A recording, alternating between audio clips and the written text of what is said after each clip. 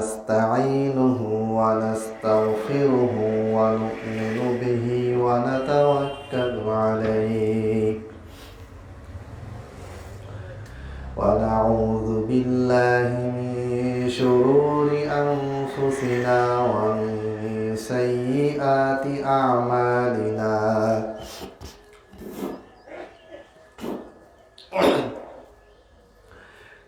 من يهده الله فلا مضل له ومن يضلل فلا هادي له وأشهد أن لا إله إلا الله وحده لا شريك له وأشهد أن محمدا عبده ورسوله أما بعد فإن خير الحديث كتاب الله وخير الهدي هدي محمد صلى الله عليه وسلم وشر الأمور محدثاتها وكل محدثة بدعة وكل بدعة ضلالة وكل ضلالة في النار.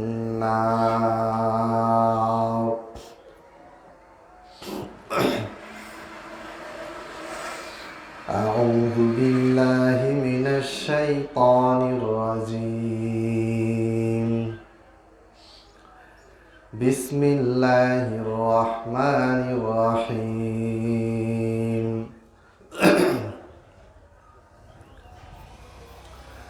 يا أيها الذين آمنوا اتقوا الله حق تقاته ولا تموتن إلا وأنتم مسلمون. يا أيها الناس اتقوا ربكم الذي خلقكم من نفس واحدة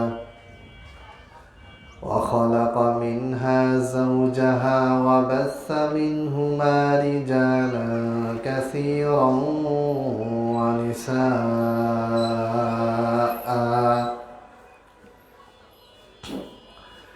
واتقوا الله الذي تساءلون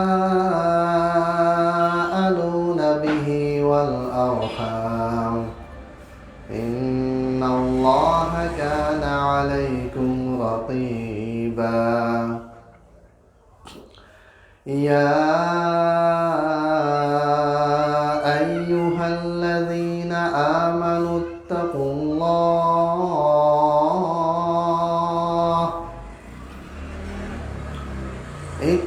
الله وقولوا قولا سديدا يصلح لكم أعمالكم ويغفر لكم ذنوبكم ومن يطع الله ورسوله فقد فاز فوزا عظيما.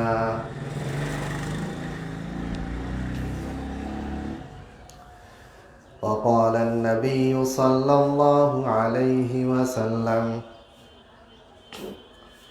حدثنا عبد الله بن يوسف عن مالك عن أبي الزناد عن الأعرج عن أبي هريرة رضي الله تعالى عنه قال إن رسول الله صلى الله عليه وسلم قال إذا شرب الكلب في إناء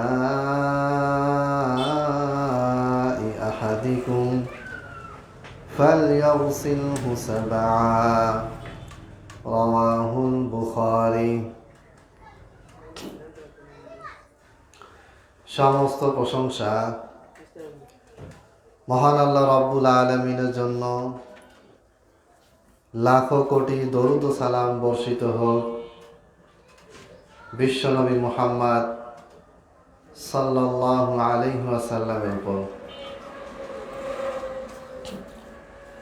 সম্মানিত উপস্থিতি, আজকে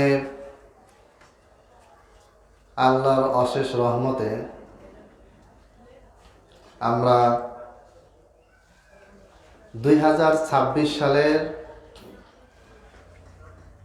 দ্বিতীয় জুমা, জানুয়ারি মাসের দ্বিতীয় জুমাতে আজকের এই পবিত্র স্থানে আল্লাহর ঘর মসজিদে একত্র হতে পেরেছি, আলহামদুলিল্লাহ।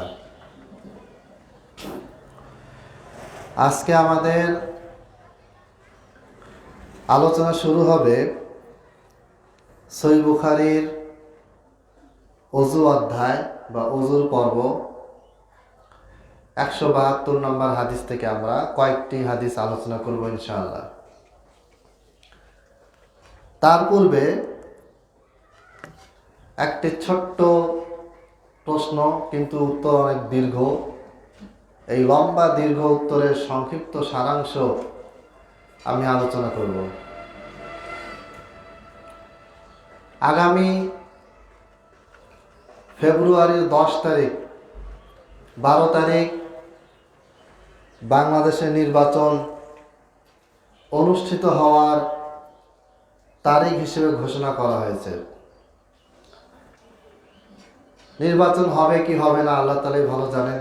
আগে হতে পারে, পরেও হতে পারে, নির্ধারিত তারিখেও হতে পারে। এখন বিভিন্ন জনের বিভিন্ন প্রশ্ন,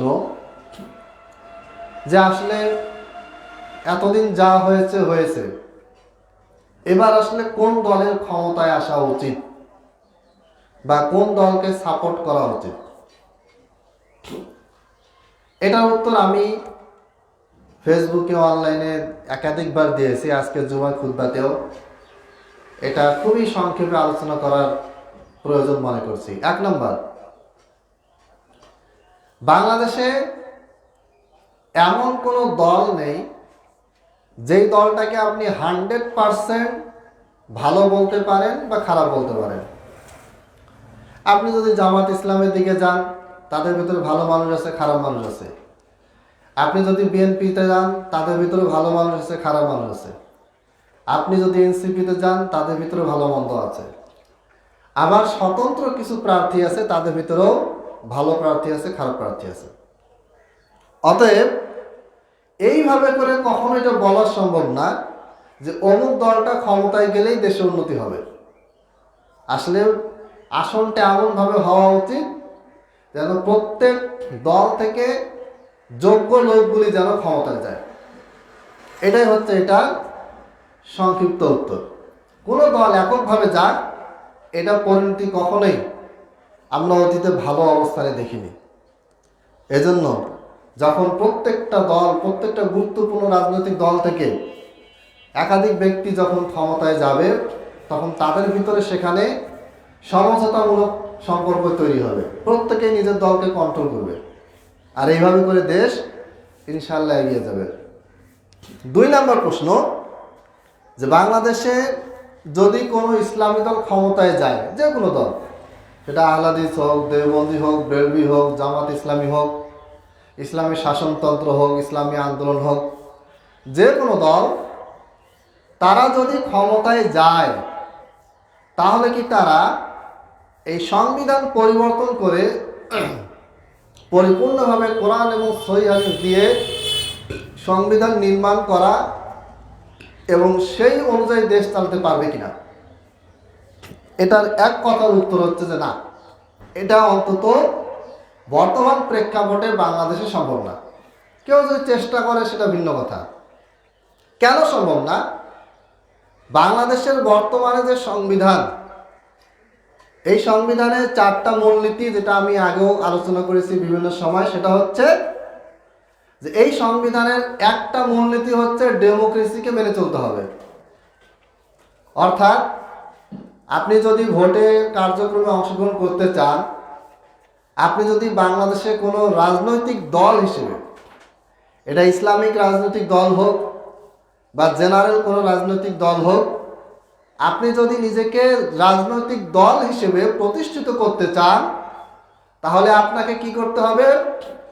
এই আমাদের সংবিধানে, বাংলাদেশের সংবিধানে যা কিছু লেখা আছে সব কিছুর উপরে পরিপূর্ণ আস্থা, পরিপূর্ণ বিশ্বাস এবং সেই অনুযায়ী চলার প্রতিশ্রুতি দেওয়ার পরেই কেবলমাত্র আপনার দলের নিবন্ধন হবে, তাছাড়া হবে না।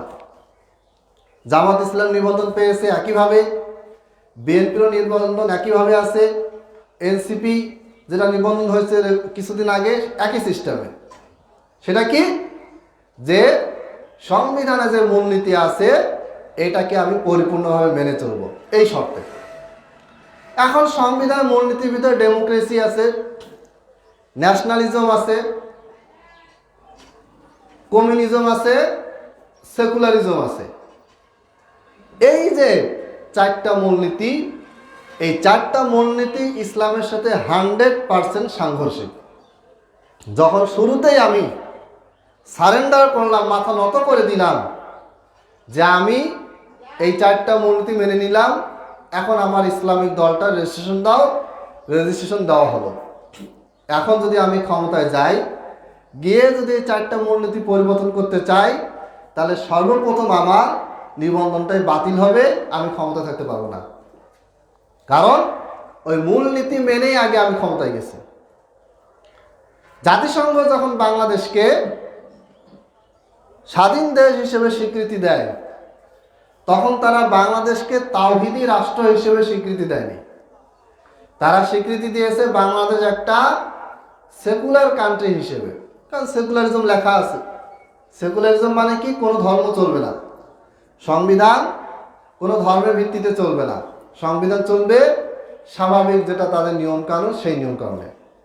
তো এটা যখন আমি মেনে নিলাম, মেনে নেওয়ার পরে ওই পন্থায়, ওই সিস্টেমে আমি ভোটে দাঁড়ালাম, ক্ষমতা পেলাম, ক্ষমতায় গেলাম, যাওয়ার পর যদি আমি বলি এখন ন্যাশনালিজম চেঞ্জ করে দিব, কমিউনিজম চেঞ্জ করে দিব, ডেমোক্রেসি চেঞ্জ করে দিব, সেকুলারিজম চেঞ্জ করে দিব, তখন সেটা আপনি করতে পারবেন না।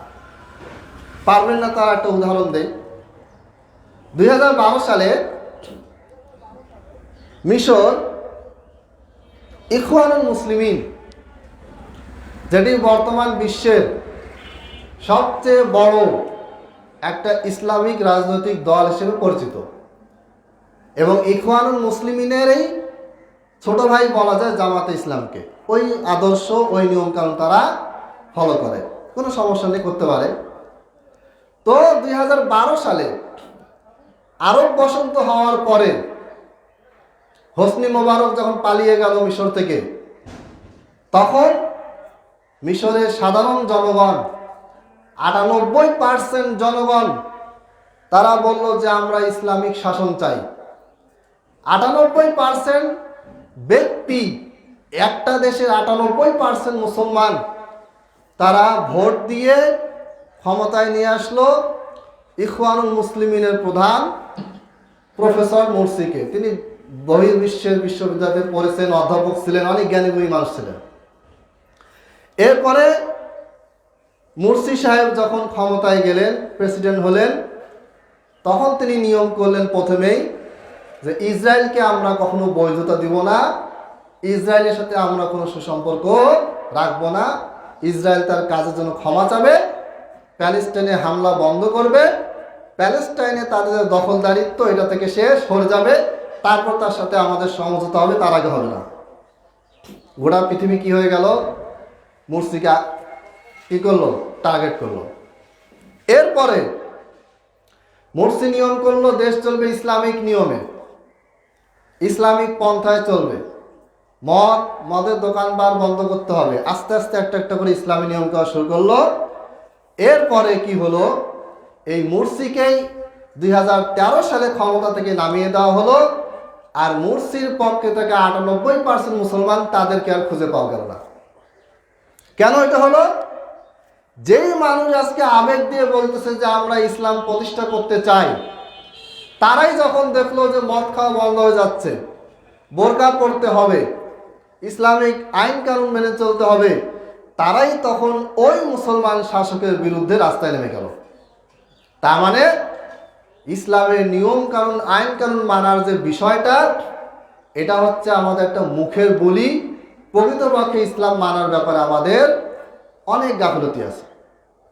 এই যে একটা জাতি, এটা মিশরের উদাহরণ দিলাম, ওরা আরবিতে কথাবার্তা বলে, বাংলাদেশের মানুষের চাইতে ওরা বেশি ইসলাম বোঝে, তাদের দেশে কি অবস্থা।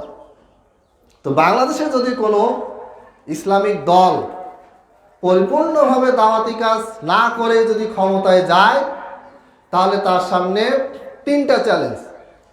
একটা চ্যালেঞ্জ, সাধারণ জনগণ, তারা ইসলাম, আমাদের সাধারণ জনগণ ইসলাম মানতেও চায় না, বুঝতেও চায় না। ইসলামিক নিয়ম কানুন আমরাই আগে কি করব, আইনগুলোকে বাধা দিব, আমরা আইন কানুন ভালো লাগবে না। 2 নাম্বার, সংবিধানের যে মূলনীতি যেগুলো ইসলামের সাথে সাংঘর্ষিক, এই মূলনীতিগুলিকে মেনে যে আমি ক্ষমতায় গেলাম, আমি তখন ওই মূলনীতির বিপক্ষে গিয়ে কোনো কিছু করতে পারবো না। কোরআনের আইন বলতেছি ঠিকই, কিন্তু কোরআনের আইন সেখানে বাস্তবায়ন হবে না। কেন হবে না? কারণ সেকুলারিজম সেখানে আগে থেকেই আছে। সেকুলারিজম মানে হচ্ছে no religion in education, in economic, in politics. আপনার রাজনীতি, অর্থনীতি, শিক্ষা, কোথাও কি থাকবে না? ধর্ম থাকবে না। এইটা তো আপনি স্বাক্ষর করেই তো ক্ষমতায় গেলেন। এখন আপনি কোরআনের আইন কিভাবে বাস্তবায়ন করবেন? যখনই বাস্তবায়ন করবেন, কোরআনের বিপক্ষে দাঁড়িয়ে যাবে সেকুলারিজম। হয় সেকুলারিজম সরাতে হবে, আর নয় কোরআনকে বাদ দিতে হবে। কোনটা করবেন? কিন্তু আপনি আগেই তো সেকুলারিজমে সাইন দিয়ে, স্বাক্ষর দিয়ে, দলের নিবন্ধন দিয়ে ক্ষমতায় গেলেন। এখন আপনি কিভাবে সেকুলারিজমের বিরুদ্ধে কোরআনকে নিয়ে আসবেন? জনগণকে বোকা বানানো হচ্ছে। জনগণ মনে করতেছে যে অমুক ইসলামী দল বা অমুক দল গেলেই ইসলাম প্রতিষ্ঠা হবে। কিচ্ছু হবে না। ওখানে আগে থেকেই গণ্ডি সীমাবদ্ধ করে দেওয়া হয়েছে, ইসলাম ঢুকতেই পারবে না। 3 নাম্বার, যদি হয়েও যায়, মেনে নিলাম বাংলাদেশের মানুষ সব মেনে নিয়েছে, একেবারে রাতারাতি ফেরেশতার সাহায্যে সংবিধানও চেঞ্জ করে দিলাম, সব কিছু হইল, কিন্তু গোটা বিশ্বের যে অর্থনীতি, এই অর্থনৈতিক স্যাংশন শুরু হয়ে যাবে। কারণ গোটা পৃথিবী বাংলাদেশকে ইসলামিক তাওহীদি রাষ্ট্র হিসেবে স্বীকৃতি দেয় নাই, তারা স্বীকৃতি দিয়েছে এটা একটা সেকুলার রাষ্ট্র হিসেবে। তখন কি হবে? যখনই জাতিসংঘ জানবে যে এটা সেকুলার ছিল, এখন তাওহীদপন্থী হয়ে গেছে, তখন এটাই কি করবে? সেকুলারিজম থেকে রাখার জন্য চাপ দেওয়া হবে। রাখতে না পারলে সরকার পরিবর্তন করা হবে। জঙ্গি রাষ্ট্র হয়ে গেছে, আমেরিকা এসে হামলা করবে, হ্যান ত্যান অনেক কিছু, আবার যে অবস্থা ছিল তার চেয়ে খারাপ হবে। সুতরাং পরিপূর্ণভাবে তখন জনগণ কি করবে? বলে যে হটাও, এই সরকার দরকার নেই, এই ইসলামিক সরকার আনার কারণে আমাদের দেশে অত্যাচার শুরু হয়েছে, বাদ দাও, যা আছে তাই ভালো। জনগণ এই কথা বলবে। আর যখনই জনগণ এই কথা বলবে, তখনই ওই সরকার আর টিকে থাকতে পারবে না। ইসলাম কায়েম, কোরআনের রাষ্ট্র কায়েম, আর ইসলামের জন্য জান দেওয়া সব এক মুহূর্তে বাইরে হয়ে যাবে। এই জন্য একটা দেশকে ইসলামিক করতে গেলে সেই দেশের অধিকাংশ মানুষকেই কি করতে হবে? দাওয়াত দিয়ে আগে প্রকৃত তাওহীদপন্থী মুসলমান বানাতে হবে। তা না হলে কি হবে না? কিচ্ছু হবে না। এই যে দেখেন মুরসির যে উদাহরণ দিলাম, এই তো 12-13 সালে ঘটনা। আচ্ছা, মুরসি তিনি কি ছিলেন? বিশ্বের অন্যতম সবচেয়ে বড় বিশ্ববিদ্যালয় থেকে পড়ে আসা এবং বাহির বিশ্বে অধ্যাপনা করেছেন, মিশরেও তিনি অধ্যাপনা করেছেন, অনেক উঁচু মানের একজন রাজনীতিবিদ।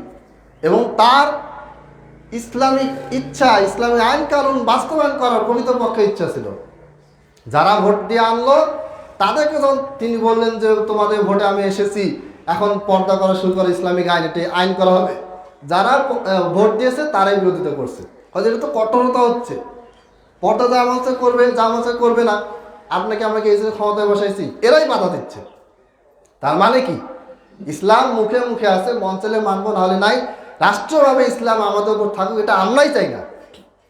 অতএব এই যে বলা হচ্ছে যে আমাদেরকে ভোট দিলে আমরা ক্ষমতায় গিয়ে ইসলাম প্রতিষ্ঠা করব, ইসলামী কোরআনের আইন শাসন করব, কোরআনের আইন বাস্তবায়ন করব, এটা সম্পূর্ণ একটা বকওয়াস, প্রলাপ ছাড়া কিছু না, সম্ভব না, এটা হয় নাই। কেউ যদি করে দেখাতে পারে আমি বিশ্বাস করব, কিন্তু আজ পর্যন্ত এটা হয় নাই, হওয়ার কোনো সম্ভাবনা নেই। সময় অনেক সংক্ষিপ্ত, 3টা পয়েন্ট বললাম। এই হলো আমাদের অবস্থা। এই অবস্থাগুলি বুঝে জনগণকে সামনে আগাতে হবে। আজ জনগণই মানে মাতাল হয়ে যে যত রাজনৈতিক বক্তব্য দিতে পারে, যে যত মানুষকে আকর্ষণ করতে পারে, তাকে যে ভোট দেওয়া শুরু করে, তাহলে ঘুরে ফিরে যে কেসে মাঝখানে খালি একটা আন্দোলন হইলো, কিছু মানুষ মারা গেল, কিছু ছেলে পেলে নিহত হলো, বাস এই, আর কোনো লাভ হয়নি। অতএব আমাদেরকে বুঝতে হবে যে আমাদের প্রকৃত প্রবলেমটা কোথায়, আমাদের মেইন জায়গায় সমস্যা, ওই সমস্যা বাদ দিয়ে আমরা অন্যান্য জায়গায় সমস্যার সমাধান খুঁজে বেড়াচ্ছি। এবার আসি আমাদের সহিহ বুখারী দর্স। সহিহ বুখারীর 172 নম্বর হাদিস। সবচেয়ে বেশি হাদিস বর্ণনাকারী সাহাবী আবু হুরায়রা রাদিয়াল্লাহু তাআলা আনহু, তিনি বলেন, ক্বালা রাসূলুল্লাহ সাল্লাল্লাহু আলাইহি ওয়াসাল্লাম, আল্লাহ রাসূল সাল্লাল্লাহু আলাইহি ওয়াসাল্লাম বলেছেন, ইযা শারিবাল কালবু ফি ইনাই আহাদিকুম, যখন তোমাদের পাত্র থেকে কোনো কুকুর পান করে, ফালইয়াগসিলহু সাবআন, তখন সে যেন 7 বার সেই পাত্রটা ধৌত করে। অন্য কিছু হাদিসে বলা হয়েছে একবার যেন প্রথমবার অথবা শেষবার মাটি দিয়ে কি করে, এটা মেজে নেয়, ধৌত করে নেয়। এখন এখানে 2টা পয়েন্ট। ইমাম বুখারী রাহিমাহুল্লাহ ওযুর অধ্যায়ে ওযুর নিয়মকানুন বর্ণনা করছেন, সেখানে কুকুরের কথা কেন আসলো? কুকুরের সাথে ওযুর কি সম্পর্ক? আসলে আইয়ামে জাহিলিয়াতের সময়, সেই সময় কুকুর হোক বিড়াল হোক, এগুলো সবসময় মানুষের বাসায় থাকতো, আশেপাশে ঘোরাফেরা করতো। এখন আমাদের এদিকেও করে। কুকুর একটা এমন প্রাণী যেটা মানুষের সাথেই থাকে। তো দেখা যাচ্ছে যে অনেকে সেই সময় কুকুর যেখানে মুখে পানি দিচ্ছে, কুকুরের ঝুঁটাও মানুষ ব্যবহার করে, বিড়ালের ঝুঁটাও মানুষ ব্যবহার করে। এইটা সায়েন্সের দৃষ্টিকোণ থেকে অনেক ক্ষতিকর। একটা কুকুর যখন তার লালার 1 ফোঁটা 1 জগ পানিতে যদি পড়ে, এটা এত বেশি বিষক্রিয়া জীবাণুতে ভর্তি হয়ে যায় যে ওটা কোনোভাবেই মানুষের শরীরে প্রবেশ করলে সেই মানুষ মারাত্মকভাবে আক্রান্ত হবে। এই জন্য আল্লাহ তাআলার পক্ষ থেকে এই বিধান, যখন কুকুর কোনো পাত্রে মুখ দেয়, তখন সেই পাত্রে কি করতে হবে? ধুয়ে ফেলতে হবে। 7 বার ধুতে হবে, তার মধ্যে 1 বার মাটি দিয়ে ভালো করে মেজে দিতে হবে। মাটি দিয়ে ভালো করে মাজলে কি হবে?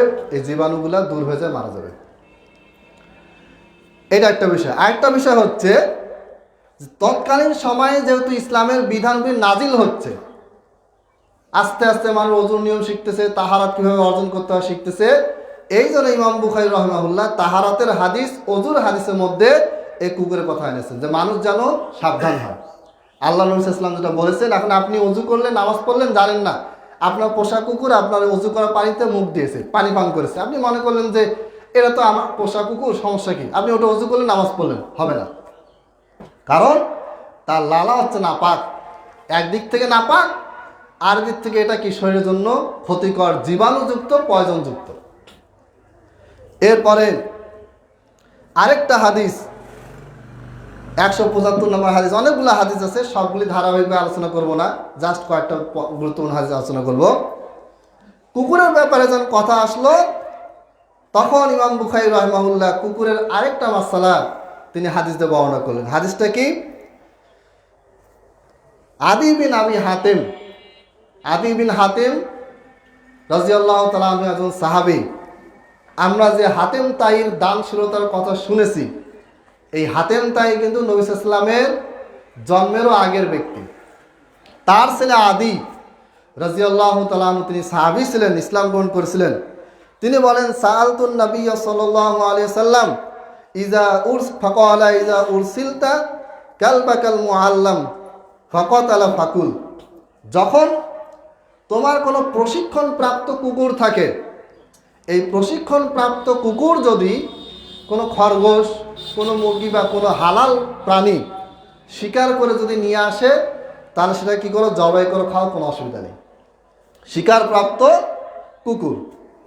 ওয়াইদা আকালা ফালা তাকুল, তবে এই শিকারপ্রাপ্ত কুকুরটা যদি কোনো শিকার ধরে আসে, আনার সময় সে যদি শিকার থেকে কোনো অংশ খায়, আপনি তাকে বলেন যে খরগোশটা ধরে আন, সে খরগোশটা নিয়ে আসলো আর খরগোশের একটা অংশ সে খেয়ে ফেললো, ফালা তাকুল, তাহলে তোমরা ওই প্রাণীটা আর খাবে না, যদিও শিকারী কুকুর এটাকে কি করেছে, আক্রমণ করেছে, ধরে নিয়ে এসেছে।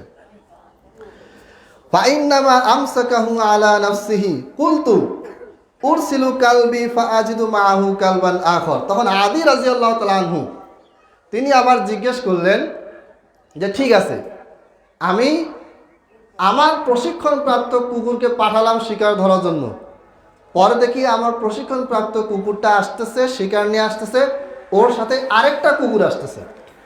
কুকুর কুকুর মিল হতে পারে, একসাথে দুজন মিলে ধরলো, ধরে নিয়ে আসলো, কিন্তু আপনি পাঠাইছেন আপনার প্রশিক্ষণপ্রাপ্ত কুকুরটাকে, কিন্তু সেখানে আরেকটা অন্য কুকুর আসে কি হয়েছে, জড়ো হয়েছে। তখন কি হবে?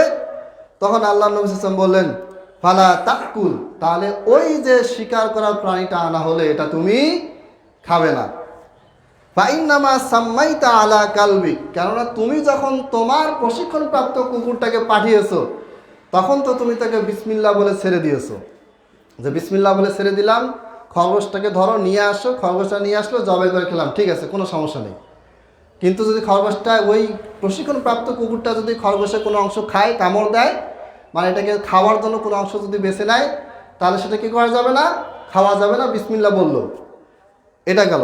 আর যদি এমন হয় যে শিকারি খরগোশটাকে নিয়ে আসলো, শিকারি কুকুর খরগোশটাকে নিয়ে আসলো, সে কোনো কিছু খায়নি, একেবারে শিকার সম্পূর্ণ ঠিক আছে, কিন্তু তার সাথে আরেকটা কুকুরকে যদি আপনি দেখেন, তখন কি করবেন, আপনি সেটা খাবেন না, কারণ আপনার শিকারি কুকুরকে আপনি বিসমিল্লাহ বলে ছেড়ে দিয়েছেন, কিন্তু ওর সাথে আরেকজন যে জড়ো হয়েছে, যে এর সাথে থেকে ওই খরগোশটাকে ধরে এনেছে, তার ব্যাপারে তো আপনি বিসমিল্লাহ বলেন নাই।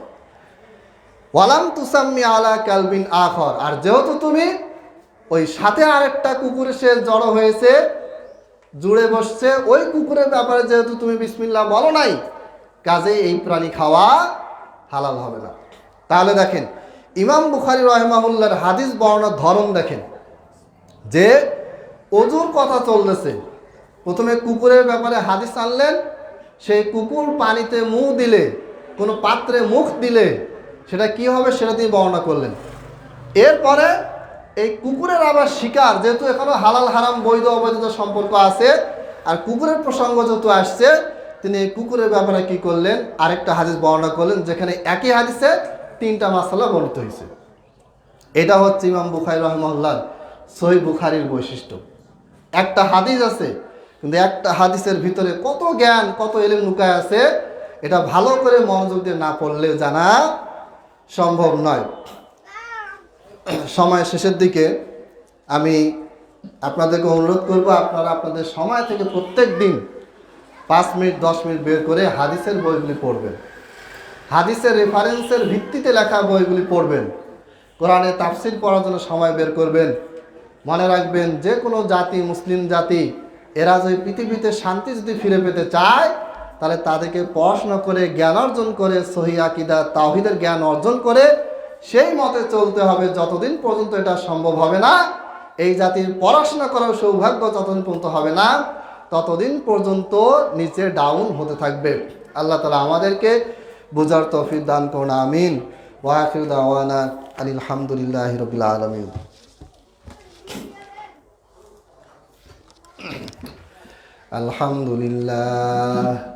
আলহামদুলিল্লাহ নাহমাদুহু ওয়া নাস্তাঈনুহু ওয়া নাস্তাগফিরুহু ওয়া নু'মিনু বিহি ওয়া নাতাওয়াক্কালু আলাইহি ওয়া নাউযু বিল্লাহি মিন শুরুরি আনফুসিনা ওয়া মিন সাইয়্যাতি আ'মালিনা মান ইয়াহদিহিল্লাহু ফালা মুদিল্লা লাহু ওয়া মান ইউদ্লিল ফালা হাদিয়া লাহু ওয়া আশহাদু আন লা ইলাহা ইল্লাল্লাহু ওয়াহদাহু লা শারীকা লাহু وأشهد أن محمدا عبده ورسوله اللهم صل على محمد وعلى آل محمد كما صليت على إبراهيم وعلى آل إبراهيم إنك حميد مجيد اللهم بارك على محمد وعلى آل محمد كما باركت على إبراهيم وعلى آل إبراهيم إنك حميد مجيد. ربنا آتنا في الدنيا حسنة وفي الآخرة حسنة وقنا عذاب النار. ربنا ظلمنا أنفسنا وإن لم تغفر لنا وترحمنا لنكونن من الخاسرين. عباد الله رحمكم الله، إن الله يأمر بالعدل والإحسان وإيتاء ذي القربى وينهى عن الفحشاء والمنكر والبغي يعظكم لعلكم تذكرون. فاذكروني أذكركم واشكروا لي ولا تكفرون.